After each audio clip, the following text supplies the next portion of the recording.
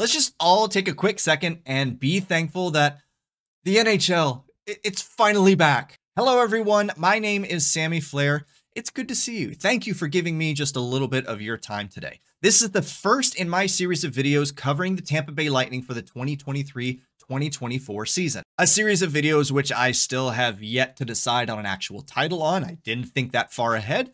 I'm testing out some puns in my head and some idioms that you've already heard, like lightning round, or maybe just something as simple as lightning in review. I'll figure it out, don't worry.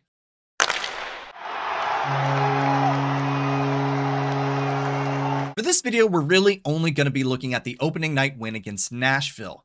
In reality, Tampa has a second game on Saturday against Detroit, but for the sake of consistency in me creating these videos, it's a long process that I don't need to talk about, but essentially I'm trying to write, record, and edit these things on Friday, Saturday, post them on Sunday, and that basically means that Saturday games will be the first games that we look at in a video versus a Sunday or a Monday game. So this video will be a little bit more heavily focused on game analysis.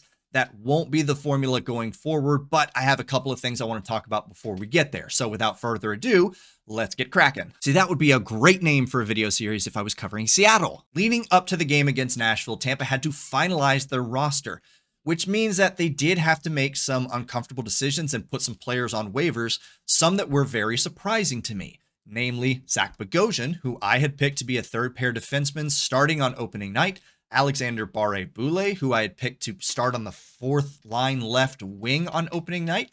Big oops to me on both of those. And Gabriel Fortier, who has a little bit of experience at the NHL level, but has essentially played the last 3 years in the minors with the Syracuse Crunch. A little bit to my surprise, all three of those players ended up clearing waivers, which means they're all still with the organization. Zach Bogosian, already back on the NHL roster. Alexander Barré-Boulet, Gabriel Fortier, they're down with Syracuse in the minors. In addition to that, 3 new names made the Lightning roster for this season. First is forward Austin Watson, who most recently played with the Ottawa Senators. He's signed with Tampa on a professional tryout, but he didn't see any ice time against Nashville. And his contract it's a very specific, a very exact amount, and we're going to cover that in a second because it is kind of funny. Second is goalie Matt Tompkins, who makes an NHL roster for the first time in his career at age 29. Good on you, Matt. And it makes him the backup goalie to Jonas Johansson in the meantime. And if the Lightning do nothing, it would make him the third goalie over Hugo Onfelt, who I thought was going to be third goalie, but we'll see what the Lightning actually do, and there's some cap issues in play that may affect whether they do or don't go get another goalie. And lastly was forward Valtteri Marella, who's on a 1-year entry-level contract with the Lightning. He saw the ice. He saw pretty significant ice time against Nashville, so clearly the organization sees something promising in him, and he is a good prospect in his own right. We'll see how it works out and where he ends up fitting into the roster. Let's go back to Austin Watson's contract for a quick second, because as I said, the Lightning have endured some cap trouble, and they had cap trouble going into this. They'll get some relief from Vasilevsky being on LTIR, but they were still stretched pretty thin. And Austin Watson's deal counts officially for $776,665. And I said that's a very exact number. It is, because officially it leaves the Lightning under the salary cap by a grand total of $2. $2. Look, as much as I have some antipathy towards Julien BriseBois over the Steven Stamkos saga, you gotta give him credit for this salary cap wizardry that he somehow continues to pull. But all's well that ends well on that front. The Lightning have the roster they want moving forward. The LTIR relief from Vasilevsky's injury has kicked in, and officially they have a little bit over $8.4 million to play with if they want to go sign a goalie to ride out the injury instead of Jonas Johansson. Now that number is a little bit misleading because, well, you only get that cap relief temporarily. When Vasilevsky comes back, that LTIR relief is gone, and whoever you sign during that period most likely is the one that's going to disappear. So if you're signing a new goalie, you're essentially getting a rental, and you're not going to get a big name doing that. I saw someone try to get the rumor started that the Lightning were going to pursue Marc-Andre Fleury as a replacement for the next 8 to 10 weeks, and I just don't see that as realistic. So if they're going to get somebody, they're going to get somebody that has a contract that's under $1 million. and they're probably just going to end up shedding that contract or somebody else along the way. But that's all speculation, so let's focus on the things that we do know as they pertain to the opening night lineup. On the forward group, Tyler Mott moves up to the right wing on the second line, Connor Sheary moves down to the right wing on the third line, Tanner Jeannot moves down to the fourth line on the left wing, and they insert Valtteri Morella on the fourth line as well for his first NHL game alongside Luke Glendening and Tanner Jeannot. And on the defensive pairings, Darren Radish is in the lineup instead of Zach Bogosian. He's playing alongside Mikhail Sergachev, and Eric Chernak moves down to the third pair to play with Calvin DeHaan. And both of those defensive pairings ended up playing really well. Oddly enough, it was Victor Hedman and Nick Perbix, which was the weakest pairing of the night, but we're going to get there in a second. Before the game even gets started, it's an incredible scene at Amalie Arena. There's massive celebration. There's a blue carpet walk for all the players. It's just such a cool scene to see. The Lightning social media team released a really cool season hype video all about greatness, and it was narrated by Derek Brooks, and he was just one of the many Hall of Fame athletes and sports figures on the ice for the ceremonial puck drop. Joining Derek Brooks on the ice for the ceremonial puck drop are Tampa Bay Rays legends and MLB Hall of Famers Fred McGriff and Wade Boggs. And for anybody that doesn't know anything about Wade Boggs, you should at least watch his cameo in It's Always Sunny in Philadelphia. Other Hall of Famers also on the ice for this puck drop include Tampa Bay Buccaneers legend Rondé Barber, college basketball legend Dick Vitale, Tampa Bay Lightning broadcast legends Rick Peckham and Phil Esposito, and 2003 Stanley Cup winner and Hall of Famer Dave Andreychuk. And just seeing all of those legendary athletes on the ice, it got me excited, and it pushed me to this nostalgia realm from the late 1990s into the early 2000s, and oh, my heart, And with all the pomp and the circumstance and the celebration and the motivation and the hype and everything leading up to this game, it shouldn't surprise you at all to hear that the Tampa Bay Lightning came out firing on all cylinders. Every line that touched the ice was generating early chances, early dangerous chances. The defense was playing out of its mind. It didn't let Nashville have a shot on goal until a little over 7 minutes into the first period. And within the first 10 minutes of that game, you just got the sense that the rest had paid off. Tampa was motivated, they were ready to come out and make a statement, and they were going to bowl over the Nashville Predators for 60 minutes. Braden Point with a beautiful zone entry, and it looks like Tampa is essentially setting up like they're on a power play. That's how much they pushed Nashville back on their heels. Dishes it back to Hedman at the blue line. Steven Stamkos is roaring down the center of the ice, drawing so much attention. I mean, look at this screenshot right here. Between Stamkos, Point, and Hedman, the entire Nashville Predators team is puck watching, and they are conveniently forgetting about Nikita Kucherov, who has freed himself up at the point. Hedman takes a quick look, passes over to Kucherov, who blasts, obliterates a one-timer past UC Saros. Tampa's up 1-0, and oh boy, is this the way you want to make a statement? I think so. And it sure looks like that trend is going to continue. Tampa has to kill off a power play for the Predators, but they don't allow a single shot on goal. Tampa gets 2 chances on the power play. Well, like 1.25 because the second one only lasted 30 seconds at the end of the period. And at the end of the first period, Tampa is outplaying Nashville in every aspect of the game. They're outshooting them 13-2. They're controlling time of possession. They're controlling the zone. They're making beautiful entries, beautiful exits. There's nothing that isn't cooking. And then the second period starts. The longer I sat and watched that second period, the less I was understanding how they managed to take their foot off the gas so much. They were slowly losing control of, again, kind of every aspect of that game. The defensive play was sloppy. They were taking some dumb penalties. The Lightning were not controlling things in the offensive zone. It looked, quite frankly, like a completely different team. And while I and many other fans were taking that first period as a sign of dominance, of a dedication to a game plan to help out your backup goalie in Jonas Johansson, it left me kind of scratching my head as to what exactly happened that caused the breakdown. And all of a sudden it felt like, oh, now it's just more a matter of time that Nashville gets back into this game and scores a goal. And late in the second period, that's exactly what happened. Tampa is trying to gain some momentum back and be heavy and dedicated on the forecheck. 3 Lightning players are in the corner along the near boards. The puck goes back around behind the net. Nashville looks like they're going to take the puck back out. And who is pinching down on the far boards besides, Nick Perbix? Nicholas, what are you doing there? What are you doing there? You're on defense. Look at how deep Nick Perbix is in the offensive zone. While his defense partner, Victor Hedman, has already left the zone, is preparing to play defense, Brandon Hagel, who you can just see on screen, on his way out of the zone as well, because he recognizes that, oops, my defenseman made a mistake. Brandon Hagel is already too far behind the play. You may as well count him out on this one, leaving Victor Hedman on the bad side of a 2-on-1 against Filip Forsberg and Ryan O'Reilly. If I'm Jonas Johansson in this scenario and I have to face a shot from either Filip Forsberg or Ryan O'Reilly, I'm asking Victor Hedman to put the pressure on Forsberg and force the pass over to O'Reilly. And Victor Hedman, he has to make a choice in that scenario. In my opinion, he made the right choice by covering Filip Forsberg.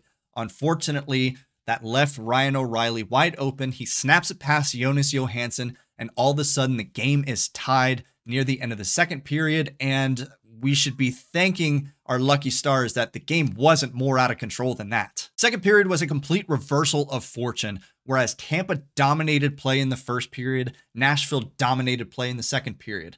Whereas Tampa dominated the shots on goal 13-2 in the first period, Nashville dominated shots on goal 13-5 in the second period. So now all of a sudden, what was a dominant performance that you were just kind of expecting the Lightning to ride out and not take their foot off the gas, it's a much closer game than you're probably comfortable with. And the feeling of dread only sinks in right off the face-off for the third period. And like, I'll explain what happens, but I mean, just look at this. The opening face-off makes its way back to Nick Perbix, who mishandles the puck, falls down to one knee, and essentially tries to make a no-look, ill-advised pass over to Victor Hedman. Hedman can't get it out of the zone, Stamkos can't get it out of the zone, and who else is there except for Filip Forsberg and Ryan O'Reilly once again?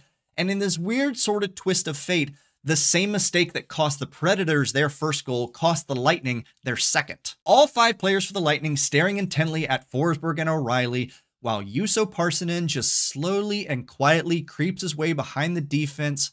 Forsberg finds him, finds a good passing lane, and hey, full credit to Filip Forsberg. It's a beautiful pass. Parssinen makes one move, puts it between the wickets, and now all of a sudden, oh no! It's 2-1 Nashville. If it sounds like I'm picking on Nick Perbix, I truly don't mean it that way, but let's just call it what it is. Two of his mistakes led directly to Nashville goals. And yes, I understand there are four other players on the ice besides Nick Perbix, but on that first goal, he forechecks too far into the zone. He ignores his defensive responsibility.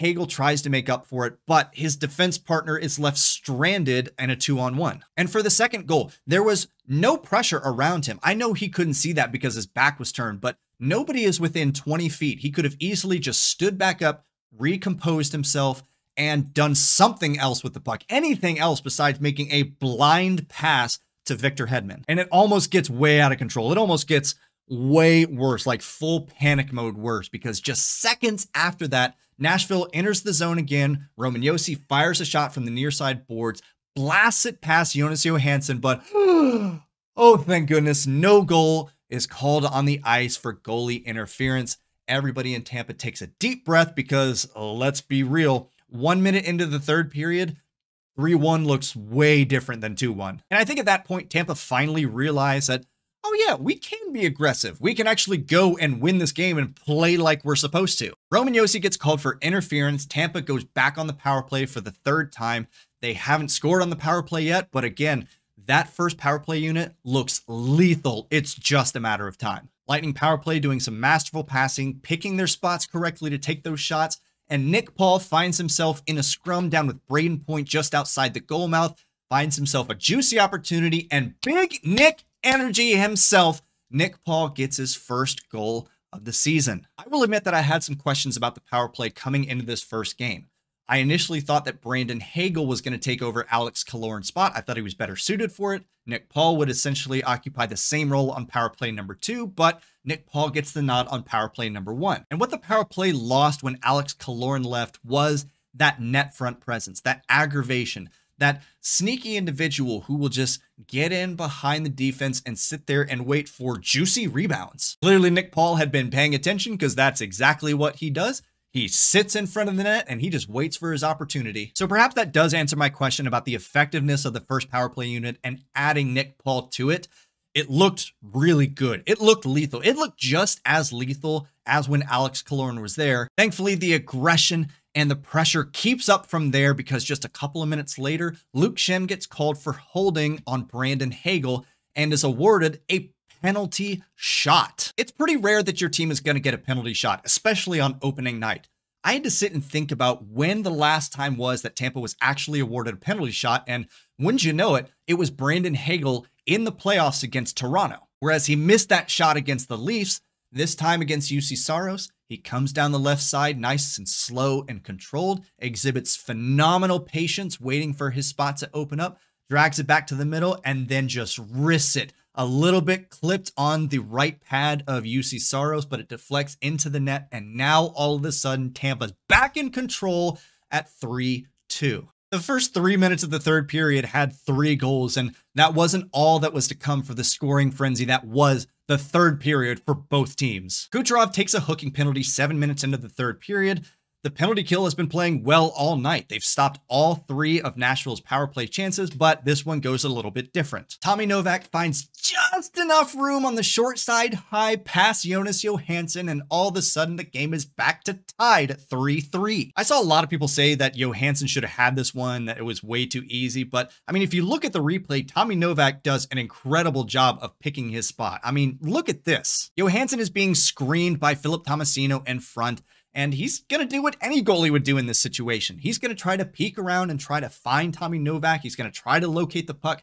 But the unfortunate thing here is, well, Johansson leans a little bit too far to his left. And by the time he sees it, that puck has already left the stick of Tommy Novak and it's blowing by him. There's nothing Johansson can do there. All credit to Tommy Novak. There's no way that he didn't see that. And he picked his spot and his time perfectly. Tie game. Thankfully, that's the last time that Nashville would score on the evening. 2 minutes later, Tampa gets a power play and that deadly unit gets out there on the ice once again. And who else is waiting in front besides Nick Paul once again, all alone this time? He didn't even have to fight for this one. I maintain that that top power play unit for the Lightning is one of the best in the league. It's probably competing with the Edmonton Oilers and McDavid and Draisaitl, so on, and the Toronto Maple Leafs with Auston Matthews and Mitch Marner, yada yada. And I continue to say, if you're a penalty kill unit against that top power play, like, what do you do? Who do you give the most of your attention to? Because you have Victor Hedman up at the point and you know he can put shots on goal. You have Steven Stamkos on the left side and he tees up some one-timers from there. You have Nikita Kucherov on the right side and he can score from pretty much anywhere. You have Braden Point, who is an annoyance no matter where he is on the ice. And then you have Nick Paul, who once again quietly makes his way in behind the defense, finds himself alone, and just tucks it home. Nick Paul gets his second of the night. Nikita Kucherov finishes it off with an empty net goal with just seconds left, and he gets his second of the night. Braden Point gets 3 assists on the night, and Tampa gets out of there with a Game 1 win over Nashville, 5-3, and a game that, quite frankly, was a little bit harder fought than it needed to be. While I'm very happy for the win, and I'm sure that the organization is happy for the win, I, as a fan, have some questions about what the rest of this Vasilevsky absence is going to look like if that's the style of game that's going to be played going forward. In my mind, we don't really have a good idea of what Jonas Johansson is going to be like in net for the long haul at this point.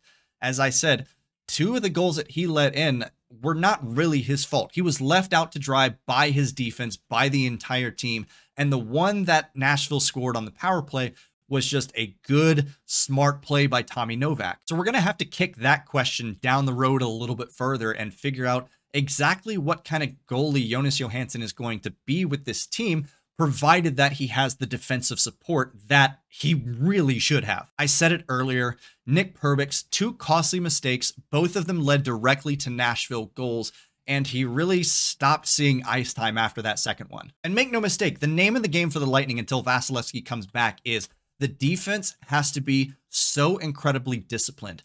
They cannot be turning the puck over like they did tonight. They cannot be sitting back on their heels. They can't be pinching too far forward. They need to be a brick wall in front of Jonas Johansson. And tonight, at least for the second period, they weren't. And it's one thing if you're playing a fringe playoff team or a non-playoff team like the Nashville Predators. You can cover up your mistakes. You can outscore your mistakes. You can get back into games fairly easily.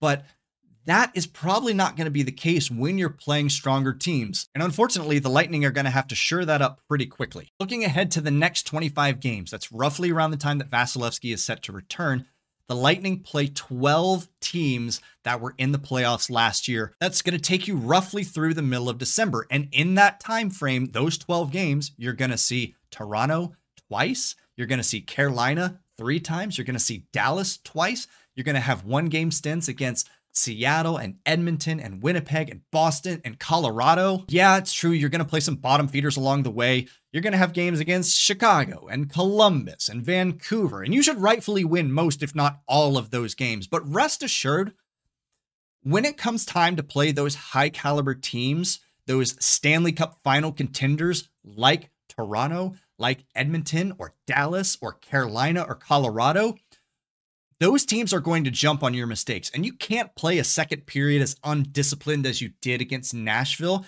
because those other teams, they're not going to let you go by only scoring 1 goal against you. They're going to rack them up at every opportunity. I recognize that may sound very doom and gloom, but I'm also ready to admit that some of those mistakes tonight may very well be first game jitters and knocking rust off the chains.